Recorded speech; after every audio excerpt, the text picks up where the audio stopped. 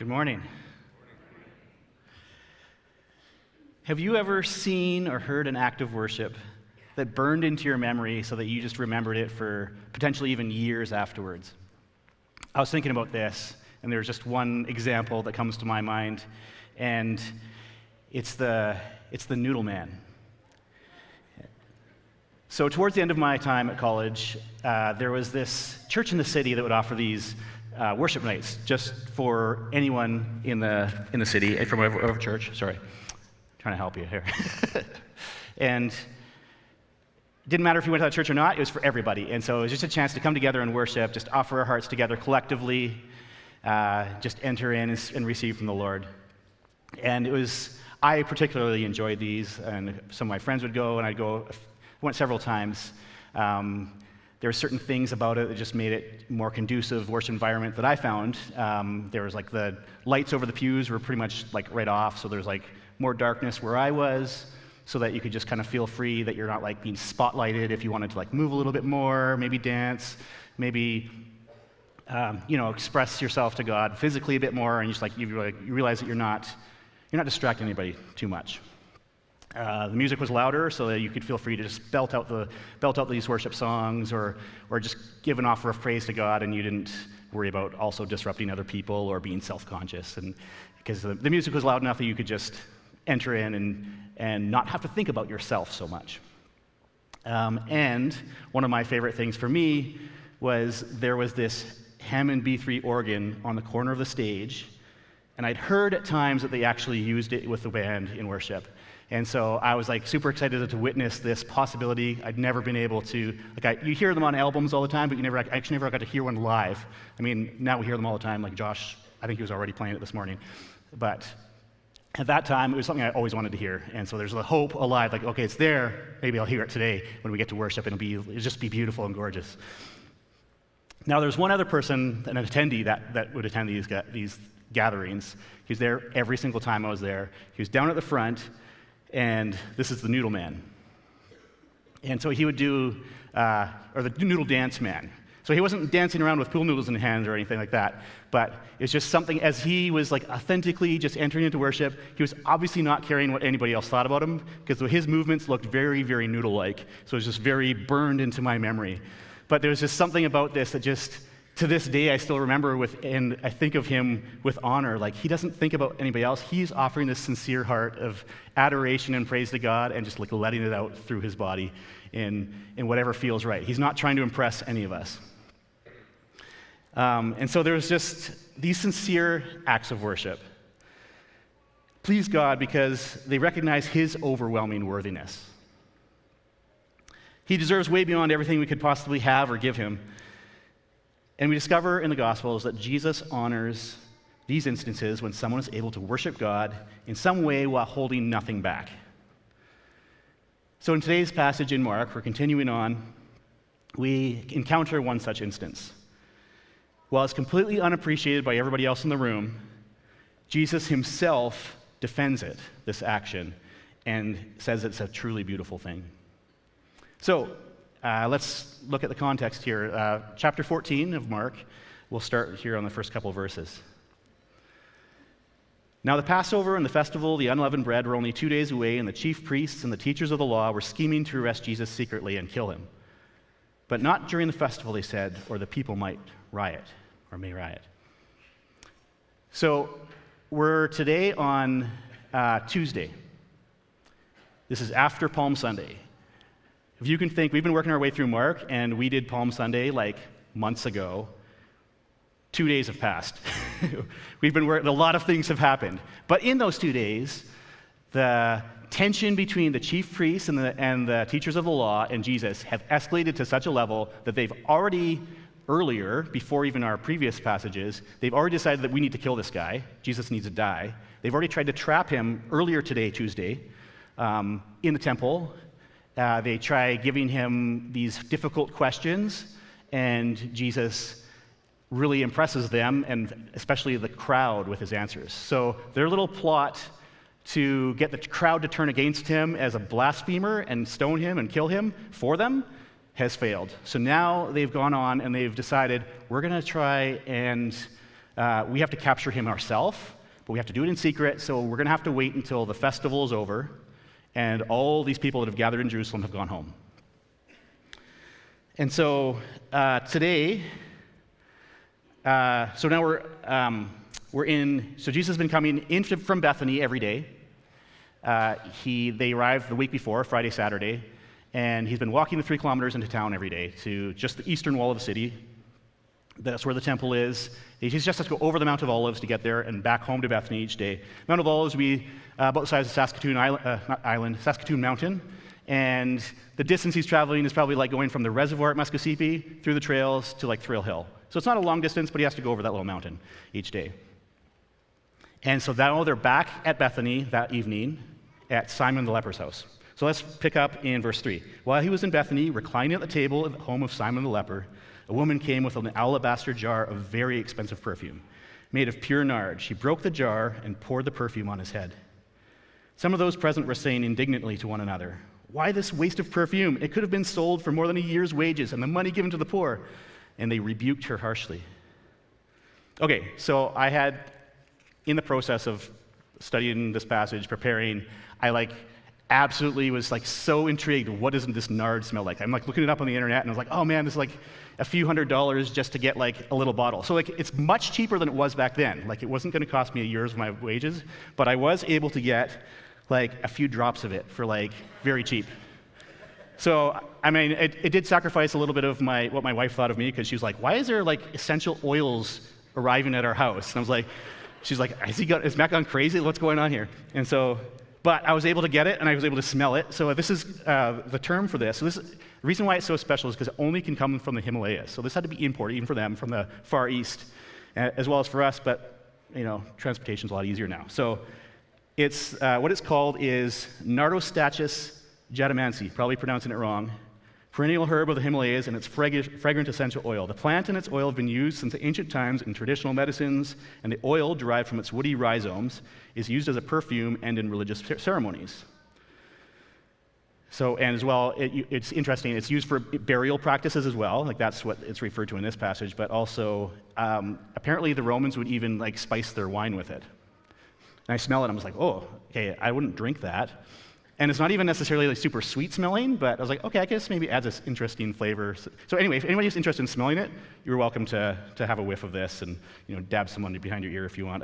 It's a bit of a weird smell, and it's not what I would expect, but it was worth it. Worth every $16 of the 5 drops I got. But at this time, this was literally the most efficient way that I can think of, and probably even what they could think of how to just dump or spend a whole ton of money, an exorbitant amount of money, over a year's wages worth of money. So today's equivalent, over $60,000, or in one moment, in a way that you could just not get it back. So I was trying to think of equivalent things that we could do today, and I was like, okay, this is a long.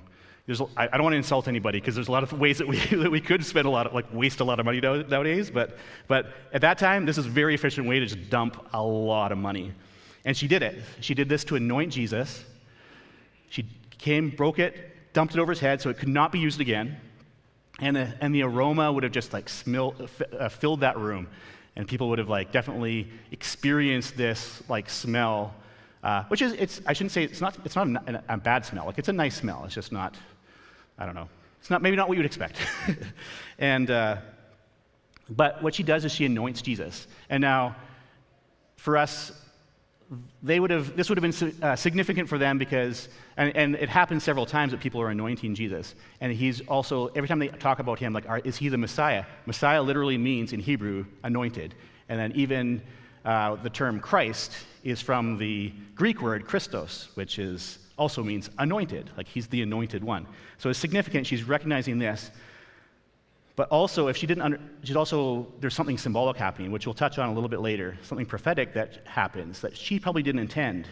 But what she did intend was to have this overwhelming sacrificial pouring out of worship and adoration to Jesus. And that is not mistaken for anything else by Jesus. So she's literally holding nothing back. It wouldn't have been easy for her to get this. I don't know if she was saving this perfume or this oil for some other purpose, or if she went out exclusively and bought it that day. and somehow figured out how to get sell a whole bunch of possessions to get all this money and transport it to some place to buy this oil, and then somehow securely get this oil to figure out where Jesus is that night. Even the chief priests and the teachers of the law, they couldn't find you. They didn't know where he was. They needed help to find him. But she found him, got into the place, broke it, and dumped it on his head. The other people in the room obviously were very angry, upset, annoyed. And I wonder for myself, would I be the same? This is actually, and they point out, they have these noble reasons, well, is this really good stewardship? Is this the best way to spend $60,000 or a year's wages, and how much could it could feed a family for a year? Is that really right? And I think I get caught up in a bit of this, even I maybe will lean a bit to that side at times as well, maybe this poverty mindset of we need to be as efficient as possible with the limited resources that we have and get the most out of them to do good works. And there is an appropriate balance to be had. But I think it is also important to recognize that the abundant wealth of our God, who provides for all of our needs according to his riches and glory, and that he is purely worthy of everything we could possibly offer him. But, like these people, what is our reaction to acts of worship that offend our sensibilities? Can you think of a time when someone else's sincere act of offering worship to God offended you? Or was it too distracting for you? Do you have critiques of what you would have done differently, even though it was somebody else's offering of worship? Did I in my mind think for that guy that was doing the noodle dance, well, maybe if you moved a little bit more stiffly or something, it would be a better offering of dance to the Lord, or something like that. Did somebody else's offering seem like a waste of resources? Was it too flamboyant or extravagant?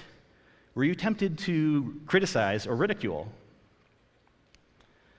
The corporate worship setting, which we find ourselves in today and every week, is a special context. It's unique. We get to have people be all part of one body, unified in love, with many parts, many different gifts, many different abilities that we bring together as a corporate act of worship to the Lord. And we get to see spiritual gifts being exercised together while simultaneously lifting God up and glorifying him together. All while trying to be obedient to what God is saying to us. But in the corporate context of worship, it is also, we're bound to be distracted or critical of someone else's contribution to the collective offering of worship, if we let ourselves, or if we allow or give the enemy a chance. Satan sincerely hates unified worship. It absolutely repulses him and defeats him. And he'll try to hinder it in any way he possibly can. So your heart, all of our hearts and our minds are battlegrounds every single time that we come together to worship. And I'm not just talking about singing. Singing has a special place, and we are instructed to lift our voices in praise to God many times throughout Scripture. But we also come and we offer offerings in all sorts of ways when we gather together.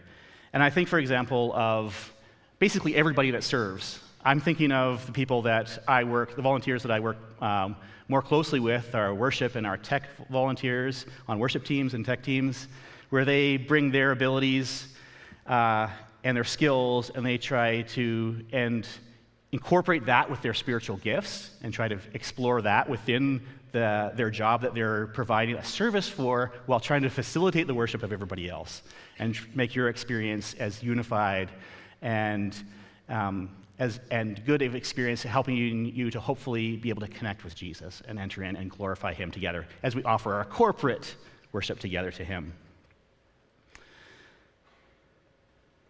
But even in these settings of these, seeing these beautiful acts being done, and people that serving in all capacities, like there are people serving right there this morning, they want to facilitate your worship.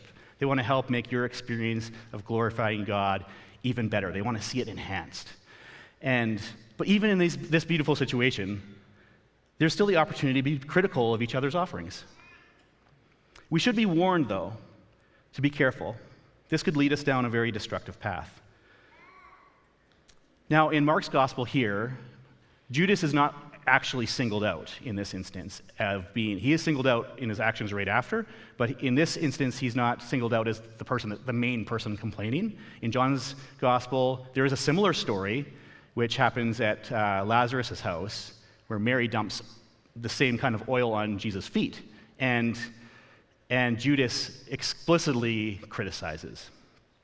But regardless, we know that he's upset, and particularly because he was skimming off the top, and this money, he's like, oh, there's a lot of money that was just wasted. Like, I could have got a lot of money out of that personally because I'm stealing money as well, but also because of the poor, right?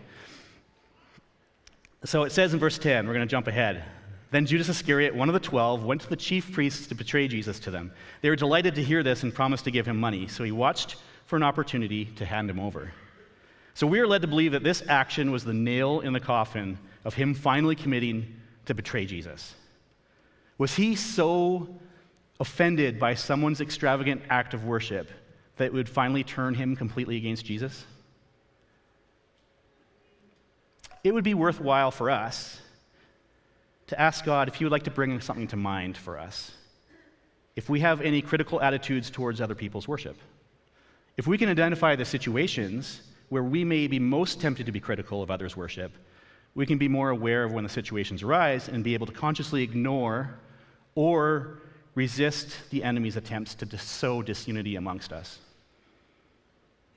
So we're going to take a chance just right now. Let's listen to Jesus and ask him, what are the situations where I'm most susceptible to being critical of other people's offerings?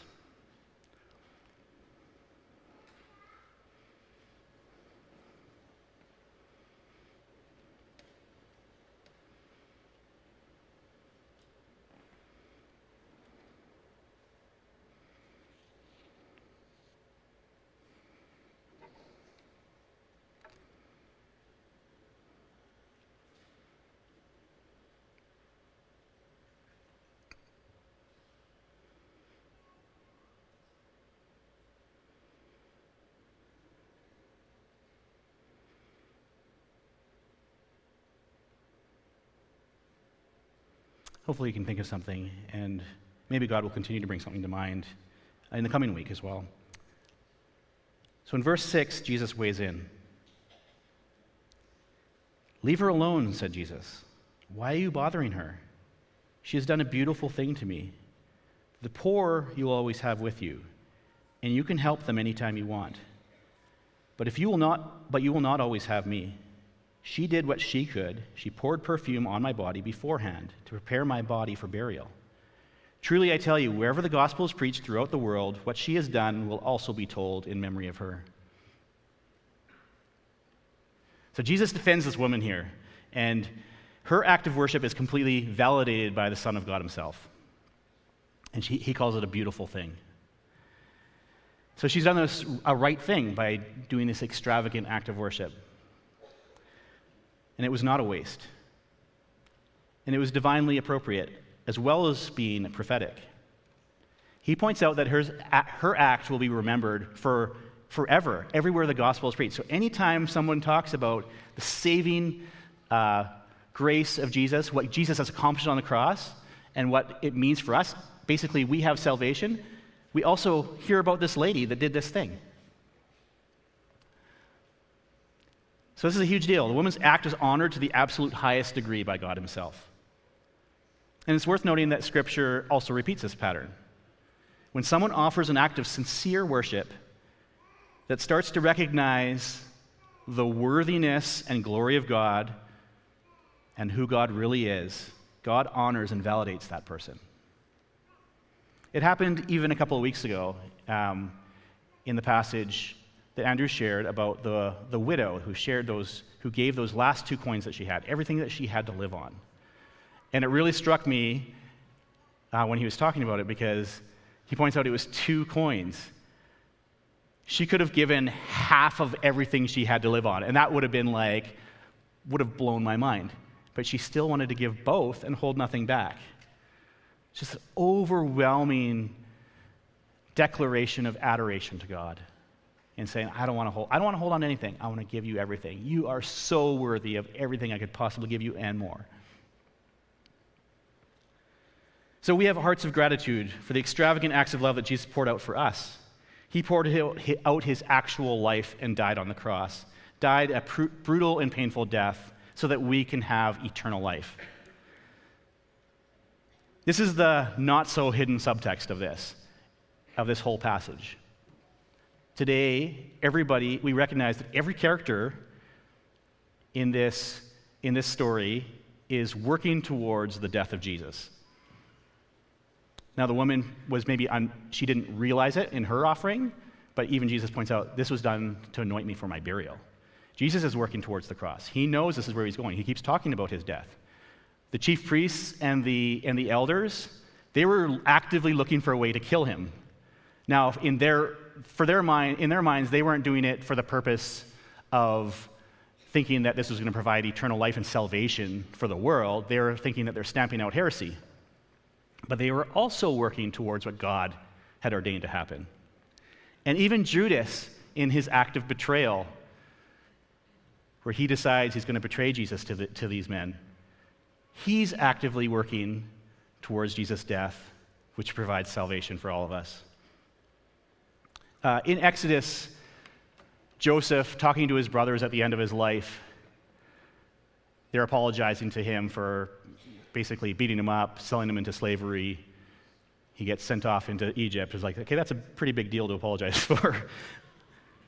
But Joseph's response to them is very similar to this situation. He says, you intended to harm me, but God intended it for good to accomplish what is now being done, the saving of many lives. So we are so grateful that our lives are saved by his sacrifice. This act alone is worthy of all of our worship for all of eternity. But still, we can think of so many more reasons to worship him. A primary reason to worship God is that it is the chief end of man. It is our very purpose for existence. It's what we were created for. Isaiah says, the people I formed for myself, that they may proclaim my praise. We were meant to worship God and enjoy him forever. Because we were created with the purpose of worshiping God with our whole being, with every breath and everything we do, we actually find satisfaction and meaning within worship. It changes us, and we often find pleasure in glorifying God. And God intended us to be able to enjoy it and to enjoy worshiping him. We were meant to enjoy him in this way. Because of this, these amazing experiences that we sometimes have, we can actually sometimes get confused. We can start to think that the purpose of our worship is for us to enjoy it. And it's the easiest mistake to make, because it can be very satisfying and very enjoyable, because we are fulfilling our very purpose for existence. So of course it can be satisfying and enjoyable. But it's a mistake to think that the purpose is for us to enjoy it, or for us to have our preferences. That is not the purpose. It's nice when it works out, but that's not why we worship. He is glorified by our sincere adoration, worshiping him in spirit and in truth. So the fact that I never got to hear that Hammond B3 organ played in that worship team should not matter. It doesn't affect my willingness to submit to his desires, not my own. The question is, will I be obedient to him in every aspect of my life? He is so worthy of honor and glory. Jesus is truly worthy of everything we could possibly give him. Any extravagance that we can muster is beyond the glory, or is never beyond the glory that he deserves.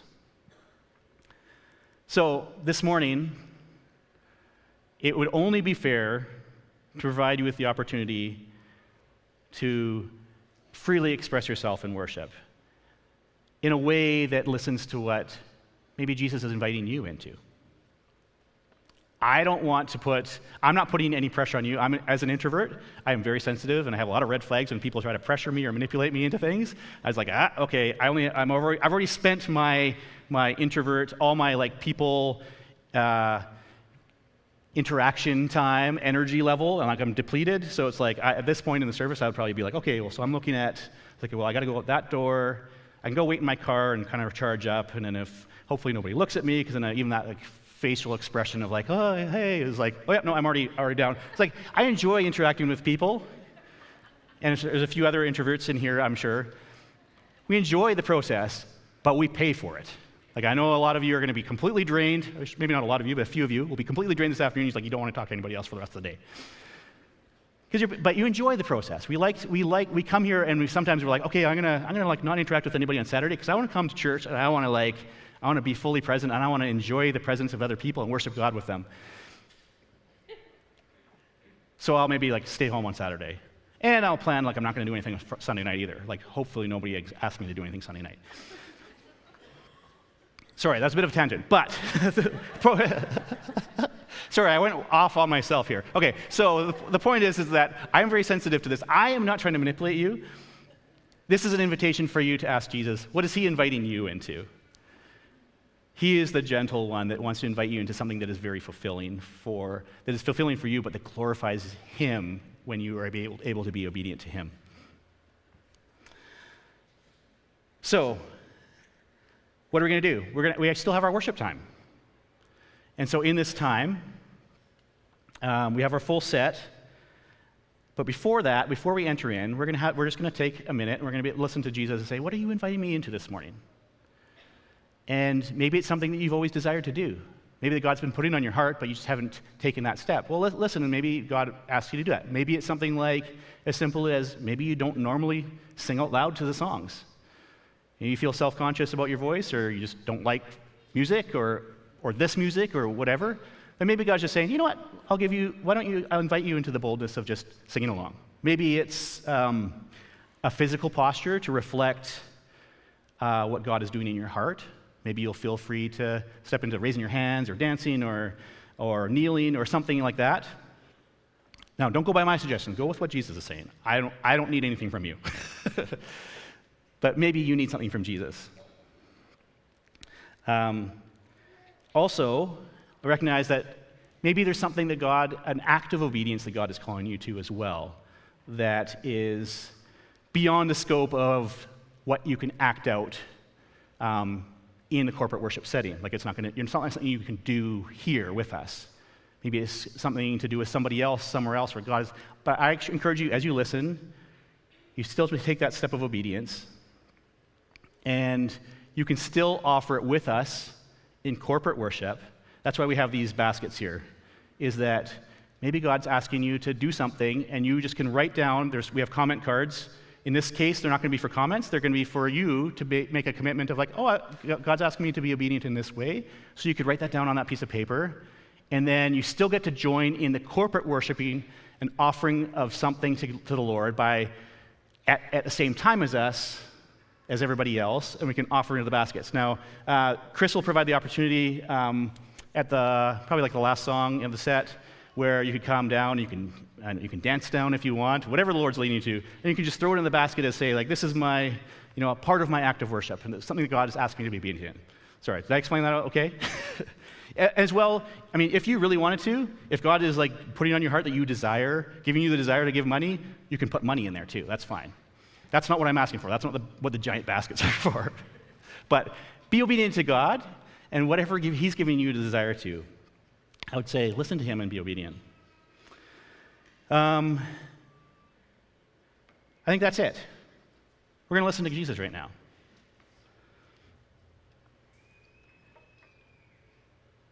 Jesus is worthy of everything, all of our worship, our whole hearts being poured out to Him, but especially to be obedient to Him. So let's listen to Jesus and just ask Him, how can I step out in obedience to you today as my act of worship?